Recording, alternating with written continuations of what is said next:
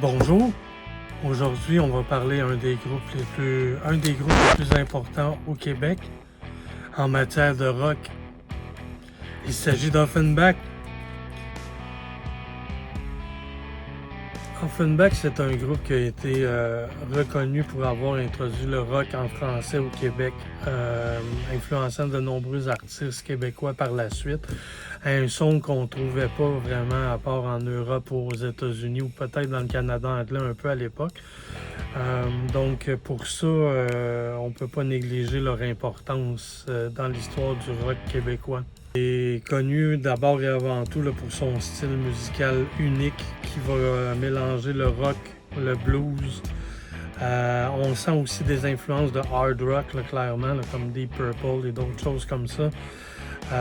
Il y a aussi ici et là un petit peu de prog à travers.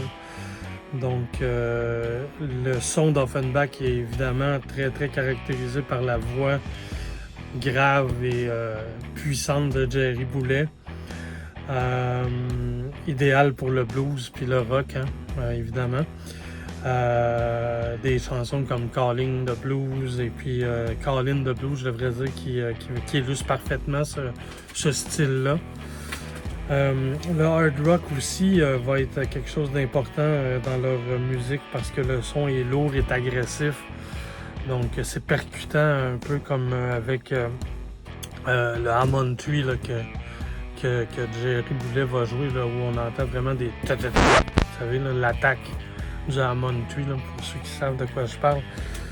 Donc c'est quand même assez significatif. On va voir aussi pas mal de rock progressif, avec les albums comme Synchrone de néant ou avec Never Too Tender, là, où on va sentir un peu plus de prog, un côté prog. Puis évidemment le jazz, fusion rock-jazz dont on va parler un peu plus tard. Offenbach tient ses origines dans la fusion de deux groupes des années 60. En fait, les Gants Blancs, qui était le groupe des frères Boulet, qui avait été formé à Saint-Jean-sur-Richelieu à l'époque. Et puis, il y avait aussi le groupe Les Héritiers, fondé par Roger Belval et Jean Gravel, Johnny Ravel. Donc, ces deux groupes-là ont finalement fusionné pour faire Offenbach. Le nom Offenbach, en fait, est inspiré par le compositeur allemand Jacques Offenbach. Donc, c'est un groupe qui adopte là, un style plus rock blues, là, un son qu'on connaissait pas tellement au Québec à ce moment-là. Donc, il y a eu beaucoup de membres au fil du temps. Il y a eu évidemment les frères Boulet, Jerry et Denis, qui étaient à la base de Offenbach. Aussi, il y avait Michel Lamotte, donc le fils de Willie Lamotte quand même, et puis le chanteur country.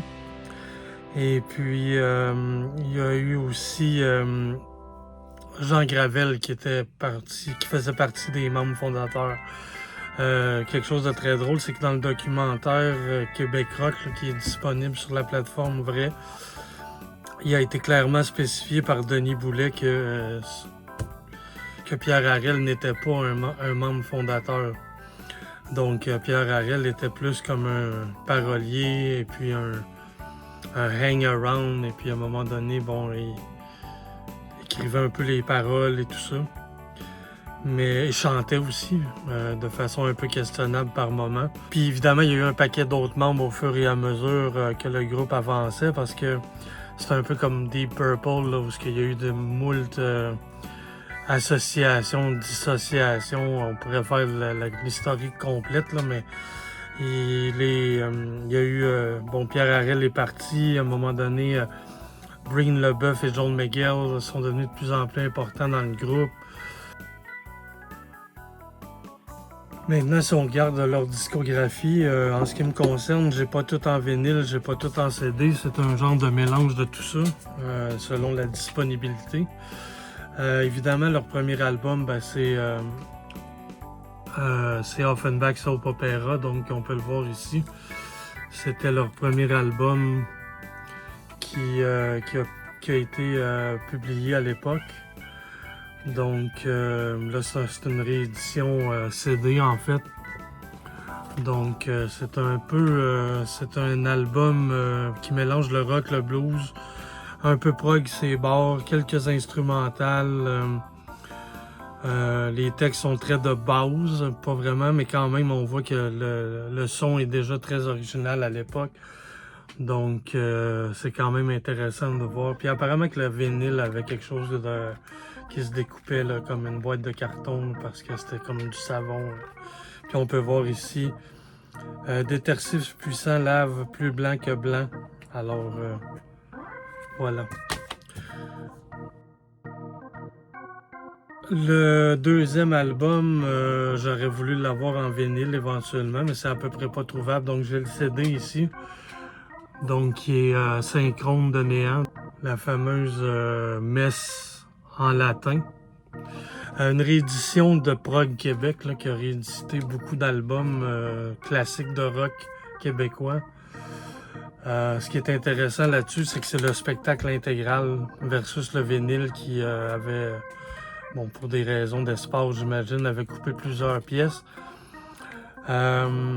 C'est intéressant parce que c'est une messe rock en latin. Puis pour ceux qui ont creusé un peu dans la discographie québécoise de ce qui existe, il y a Yvon, le nom m'échappe, mais enfin, c'est lui qui est Hubert, voilà, Yvon Hubert, qui était le curé qui a participé. Puis lui, ce Yvon Hubert-là en question faisait souvent du prog, dans le fond, pas du prog, mais du folk chrétien en fait. Donc c'est intéressant de le voir se retrouver avec un groupe de rock comme ça.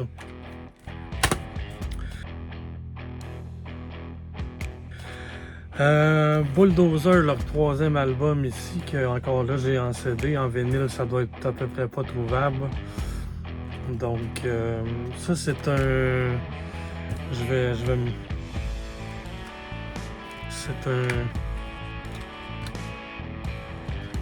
C'est la bande originale d'un film du même nom en fait, qui est sorti en 1974, puis puis en fait c'est un film de Pierre Harel qui apparemment est un film très très très important dans l'histoire du cinéma québécois. Moi j'en avais jamais vraiment entendu parler. Ils disent ici, selon le site Éléphant du Québec, là,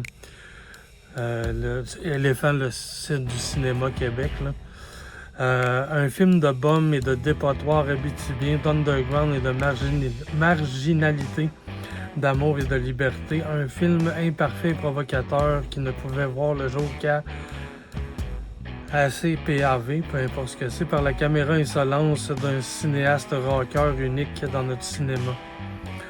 Et il y a un autre journaliste qui s'appelle Robert Lévesque en 1974 qui a écrit Bulldozer est un film important. Il est sûrement celui qui s'approche le plus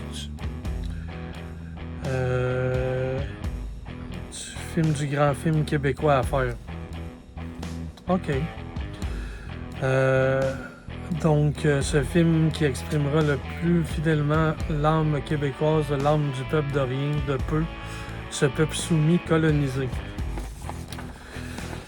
Le jour où j'aurai 5$ à dépenser, peut-être que je pourrais le prendre sur Éléphant ou sur Apple TV, puis je vous ferai un résumé, une critique. Donc voilà, mais la musique est pas mal plus intéressante que le film, j'imagine.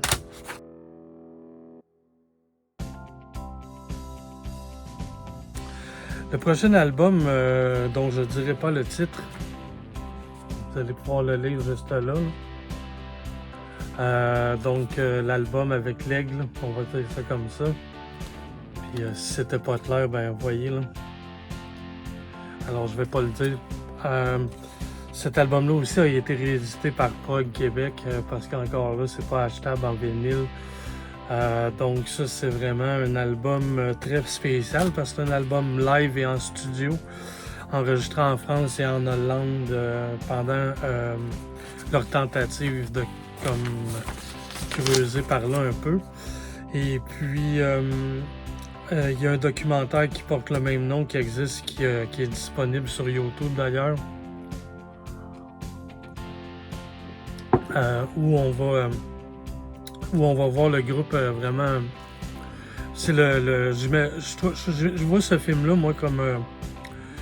En fait, selon ce que j'ai fait comme recherche, c'est que ça a été réalisé par Claude Faraldo, qui est un réalisateur français. Ariel l'avait quitté à ce moment-là. C'est un film qui mélange le documentaire et la fiction. Et puis on voit le groupe dans son quotidien, on voit des performances, on voit aussi une intervention de police à un moment donné, on voit plein de choses assez bizarres. Je considérerais ça comme probablement le premier rockumentary là, qui a été fait au Québec. Là. Il n'y en avait pas, à ma connaissance, avant celui-là. Alors, ça se peut que oui, mais moi, en tout cas, c'est le premier que j'ai vu. Donc, voilà, c'est un film assez choquant, en fait. Où on voit les membres un peu sur le party, puis des fois avec des drôles de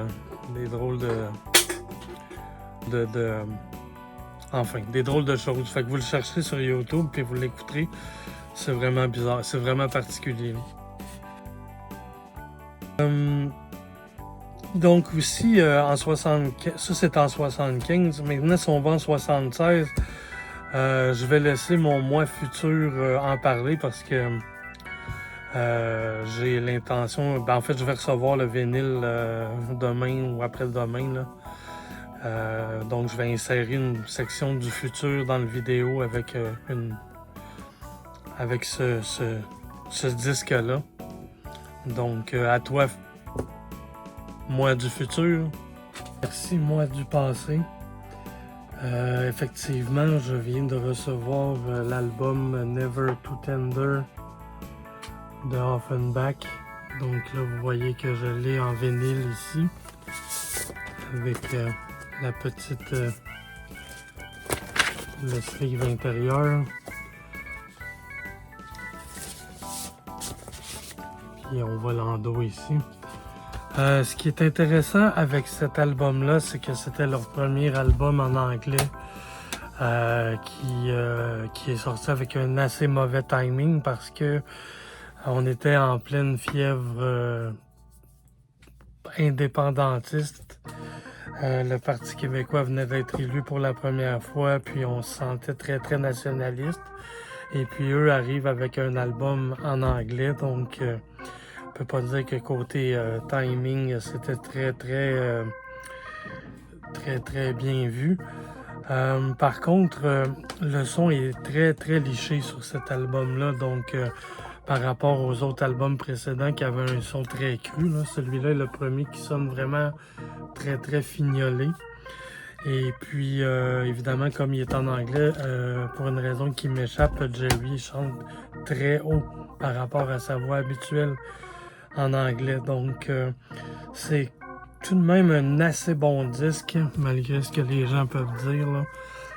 Vraiment pas désagréable, un peu proggy, un peu très policé. Bref, c'est assez intéressant. Mais c'est un vraiment mauvais timing. Je vais laisser maintenant moi du passé reprendre le contrôle. Alors, merci moi du futur. Ensuite de ça, l'album qui les a vraiment là, placés comme il faut sur l'échiquier du rock québécois, qui est un album qui a été très populaire avec Aïe Aïe, Je suis un rocker, etc. C'est l'album que certains appellent Caricature. Moi, j'aime pas beaucoup ce nom-là. C'est celui-là ici, donc le Offenbach de 77. Donc maintenant, celui-là, je l'ai en vinyle, donc c'est quand même intéressant. Je l'ai aussi en CD, que j'ai trouvé pas très cher sur les sites habituels. Donc c'est quand même intéressant. Puis cet album-là, en fait, ouais, c'est un album vraiment rock, vraiment la voix que j'ai là-dessus, Victoire d'amour, il y a vraiment du gros stock là-dessus. Là. Ça là, c'est vraiment là où se sont établis comme le groupe rock québécois. Là. C'est celui-là.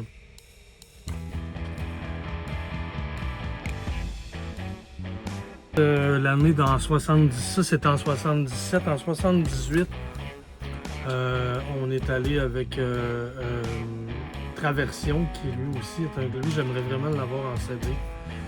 Je sais qu'il s'est vendu à un moment donné, mais je ne sais plus trop s'il est disponible ou non.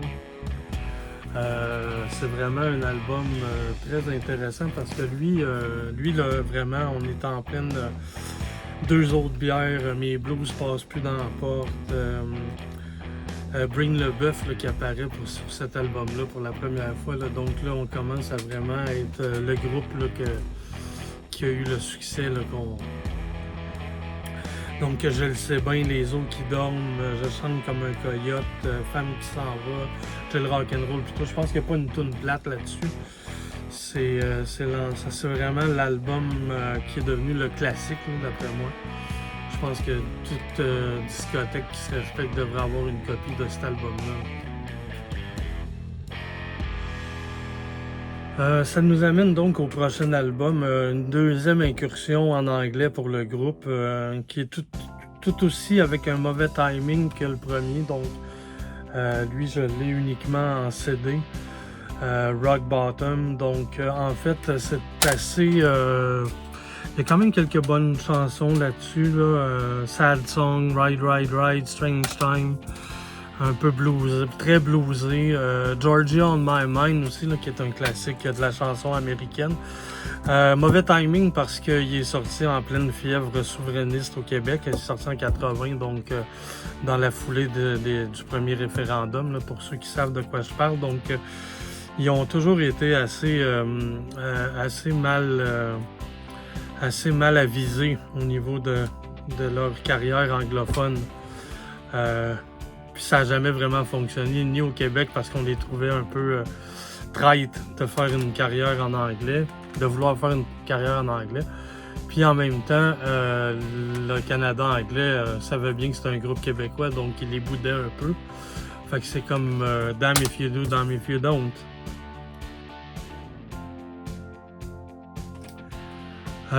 Ensuite, on a En Fusion, donc à un moment donné, ça a l'air que Jerry Boulet puis Vic Vogel ont commencé à être copains. Et puis à ce moment-là, ils ont décidé de faire un projet qui a donné l'album En Fusion, donc je l'ai en CD ici. Et puis je l'ai aussi, en fait j'ai 2 copies en vinyle. Donc ça c'est vraiment original, je pense pas qu'on avait jamais vu ça au Québec avant. Donc du jazz fusion qui mélange jazz et puis rock, donc big band et rock là, en fait. Même que je suis pas trop sûr dans le monde si ça existe, là. Sûrement que oui, mais en tout cas je sais que c'est un album qui est quand même assez important aussi. C'est une portion du spectacle là, parce que ils ont sorti une version complète de ce spectacle-là. Et puis, il y a aussi... enfin, j'y reviendrai plus tard, donc voilà.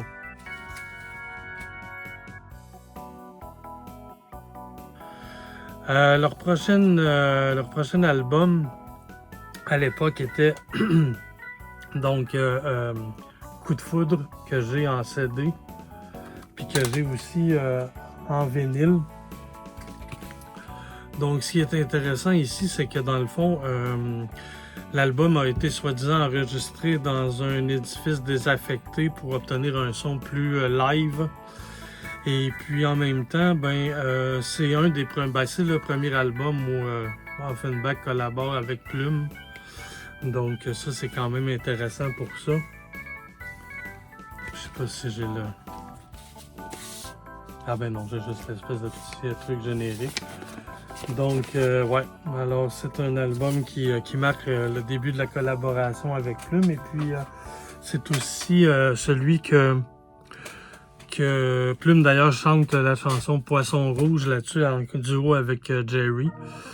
Alors que Jerry a écrit la musique. Et puis, c'est aussi là-dessus que John McGhale commence à pas mal plus prendre un rôle important. Là.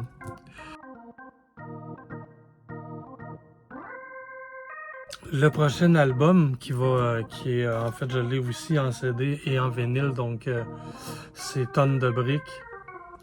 Donc cet album-là, en fait,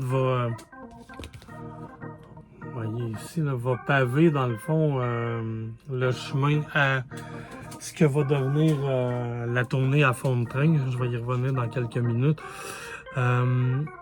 Puis là, on voit vraiment que Jerry commence à vraiment se désintéresser pas mal de la chose Offenbach parce que il a presque pas écrit rien là-dessus. Et puis il y a beaucoup de chansons faites par Brain LeBeuf puis John McGhale. Et puis en tout cas, je veux pas brûler les punchs. Vous écouterez le documentaire dont je parlais un peu plus tôt. Mais à ce moment-là, ça allait pas très bien dans la vie personnelle de Jerry non plus. Là, donc il était très distant par rapport à eux et tout ça. Puis c'est ce qui va donner lieu à, comme je disais, avec l'album Psychanalysé de Plume, qui va donner finalement la tournée à fond de train.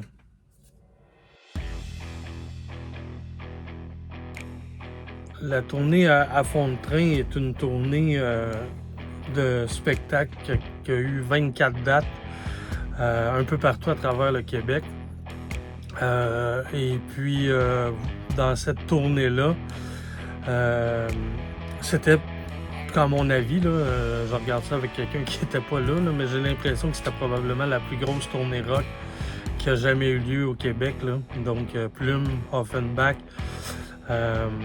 puis non seulement Plume puis Offenbach là, avec chacun leur set, mais aussi un bout où les deux groupes étaient ensemble. Donc, ça devait être assez extraordinaire. C'est jamais sorti en version intégrale. Là. Apparemment qu'il y a des bootlegs de ça. Puis il est à noter aussi que Pierre Flint, ancien Octobre, a participé à ce spectacle-là. Donc, au clavier. Donc, ça l'a donné, en fait, cet album-là, qui est Offenbach et Plume live à fond de train. Donc, on peut voir ici, il y a des photos de Plume et puis de Offenbach. C'est un album double, en fait. Donc, c'est quand même une belle pièce. Je l'ai ici en vinyle. Puis, comme je disais, là, vous voyez un peu là, la pochette de Psychanalysé, puis la pochette de Tonnes de briques. Donc, c'est un peu ça l'idée. Il y a vraiment des medleys intéressants là-dessus où Jerry chante des tunes de Plume puis vice-versa. C'est vraiment nice. Donc je l'ai évidemment juste en vinyle. Et puis je pense que je l'ai. Ah oui. Je l'ai en cassette aussi là. Donc voilà. Moi je suis un peu. Moi j'ai mis cet album-là dans ma discographie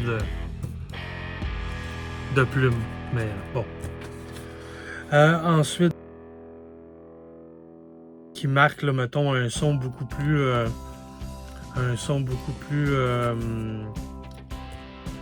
électronique, je pense que c'est le bon terme. Donc, il y a celui-là ici, je ne l'ai pas en vinyle, lui, malheureusement. Il y a quand même des bonnes chansons là-dessus, là. La Louve, Seulement une aventure, Le Diable vert, Cœur en frima, qui est un excellent rock. Donc c'est ça, le rock'n'roll veut ma peau. Très peu encore là d'input de Jerry Boulet là-dessus. Là. C'est plus un projet de John McGhale puis de Brain LeBeuf rendu là.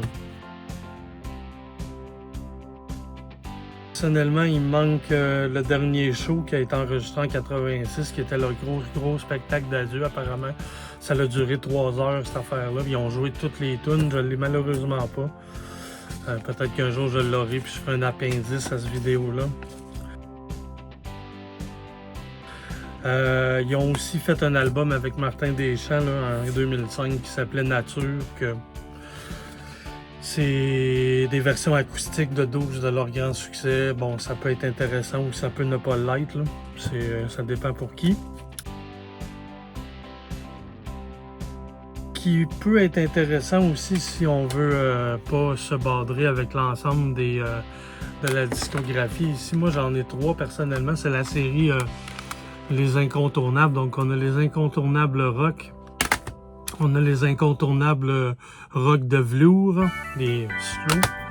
Et puis, on a les Incontournables en fusion. L'intérêt de celui-là, en fait, j'avais l'impression que c'était le spectacle complet, mais visiblement, c'est pas le cas. Là. Je pense qu'il y a une autre version qui existe, donc il va falloir que je trouve avec vraiment le concert complet en fusion là, qui a été enregistré. Là, je me souviens plus trop quelle date. Là, je pense que c'était le 30 et le 31 mars au Théâtre Saint-Denis en fait. Donc ça peut être intéressant. Moi, il m'en manque un, là. Je pense que celui qui me manque, c'est les Incontournables Blues, je pense. Mais c'est quand même bien, c'est des compilations avec... je pense que si tu as ces 4 albums-là, tu as comme l'essentiel, quote-unquote, de Offenbach. Bien que j'ai jamais été un grand fan de compilation, moi, personnellement.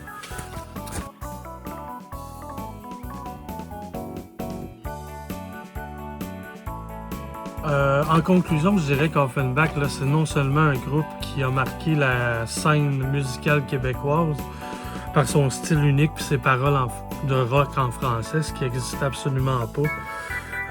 Une discographie très très variée, très éclectique. T'sais, une messe en latin, un album avec un big band, des albums de rock, vraiment comme on en trouvait juste en Europe ou aux États-Unis. Ça a laissé une trace durable sur la musique québécoise parce qu'il y a tellement d'artistes qui se sont influencés d'eux à un moment donné, que ce soit Éric Lapointe, que ce soit Martin Deschamps, que ce soit peut-être Plume jusqu'à un certain point. Donc ça a laissé une marque quand même indélébile. C'est quand même drôle de voir à quel point, malgré leur volonté de faire une carrière en anglais, ça a été une catastrophe. Même s'il y a quand même des choses intéressantes là-dedans. Ça a été bien pour Plume aussi de voir qu'il pouvait écrire pour d'autres. Je pense que c'est un petit peu à ce moment-là que Plume a commencé à écrire pour d'autres. Surtout pour Offenbach et Jerry. Là, je ne sais pas s'il a écrit tant pour d'autres personnes à part eux.